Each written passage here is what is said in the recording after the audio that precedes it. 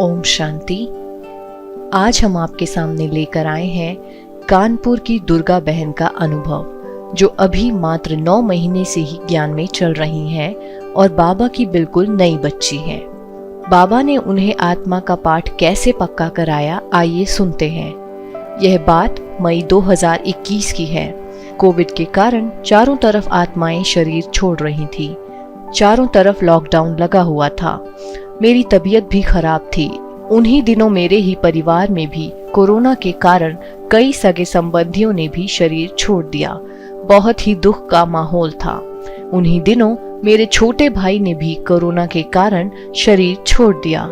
मैं लॉकडाउन की वजह से उसके अंतिम संस्कार में भी ना जा सकी। मेरे पूरे परिवार में मानो दुख की लहर बह रही थी। मेरी आंखों के आंसू भी नहीं थम रहे थे। मैं अत्यंत दुखी होकर बाबा से बोल रही थी कि बाबा, यह सब क्या हो रहा है? मैं स्वयं को एवं परिवार वालों को कैसे संभालूं? मैं ही घर की सबसे बड़ी सदस्य हूँ। तभी बाबा ने अचानक मेरी आंखों के सामने एक सीन दिखाया, मानो मैं अपनी मन बुद्धि रूपी आंखों से सब कुछ प्रत्यक्ष देख रही हूँ। मैंने देखा कि एक सफेद वस्त्रधारी वृद्ध मेरे पास आए और बोले कि तुम क्यों परेशान हो रही हो? यह सब आत्माएं हैं, यह कभी मरती नहीं। तभी मुझे 4-5 लोग नजर आए जो एक एक दीपक हाथों में लिए चले जा रहे थे। इनमें से एक लड़का दीपक लेकर चल ही नहीं पा रहा था। बार बार गिरता, संभलता, चलने की कोशिश करता, किंतु आगे नहीं बढ़ पा रहा था और सभी लोग आगे बढ़ते जा रहे थे।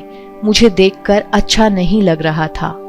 मैं उस लड़के के पास गई और उससे पूछा कि तुम आगे क्यों नहीं बढ़ पा रहे हो? बार बार गिर क्यों जाते हो?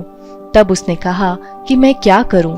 मेरे घर वाले मुझे इतना याद करते हैं, मेरे लिए इतना रोते हैं कि मैं उनके दुख के कारण आगे बढ़ ही नहीं पा रहा हूं और मेरा दीपक भी बुझ गया है।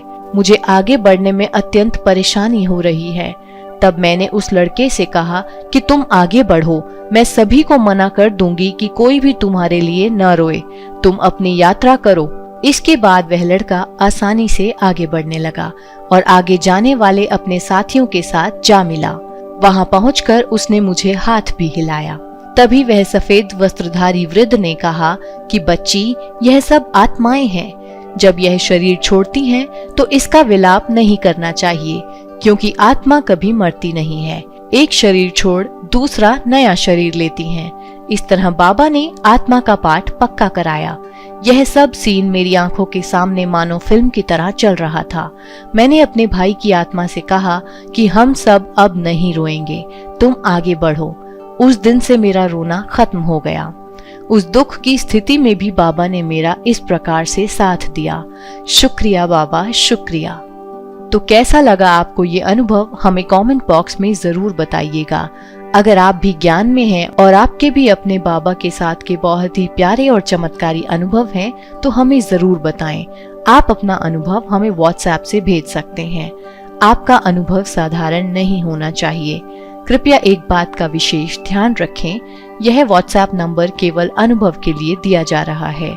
आपसे फिर से हम अनुरोध करते हैं कि इस पर कॉल ना करें और ना ही अपनी समस्या से संबंधित कोई भी प्रश्न इस पर पूछें।